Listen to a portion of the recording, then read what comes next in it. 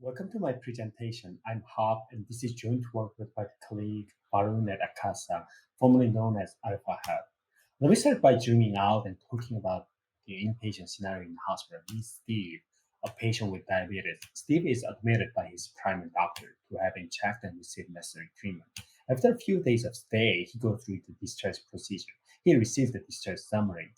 In particular, Steve's discharge summary need to be converted into a document using a standard format of medical code. This is where the current medical coders play a role. So to augment and help medical coders in coding Steve's chart, computer-assisted coding CAC technologies were invented about 10 years ago, and they are already well advanced to the point where Gartner places them at the end of the life cycle. Whereas fully autonomous medical coding for Steve chart is at the early stage of the cycle, and all health organizations want to have this advanced technology. So we have developed a new solution for this big challenge, medical coding. So what exactly is the medical coding problem? Well, Steve's clinical notes contain a lot of information about what precisely happened during his entire stay. The medical coding problem is to annotate this clinical note with a multiple code subset. So it's a highly multi-label classification problem.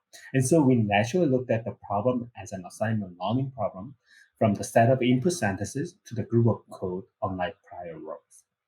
Then we have employed a couple of ingredients to develop the read, attend, and code model for this medical coding program, including attention mechanisms. First involved automated pre-processing and tokenization of the clinical document to obtain standardized input. We then embed a group of nearby tokens like engrams using embedding and CNN layers. Now, once we have the converged embeddings of the input text, we produce the reader's output on top of the converged embeddings using the stacks of single-headed self-attention layers, like a simplified transformer encoder without pushing encoder. On top of the reader, now we need to compute the code type embedding that we can see here on the right to use as query for the following code level attention module. And then through another module on the left, the model can focus on the important parts that matter for each code separately and assign each code individually. Now we have the RAG algorithms that can automatically read, interpret, and assign code individually by printing appropriate code from the clicking nodes. So after developing this new RAG algorithms, we benchmark our model with a publicly available mimic dataset. We are particularly excited that the model is establishing new state-of-the-art results in AUC than F1, also in precision.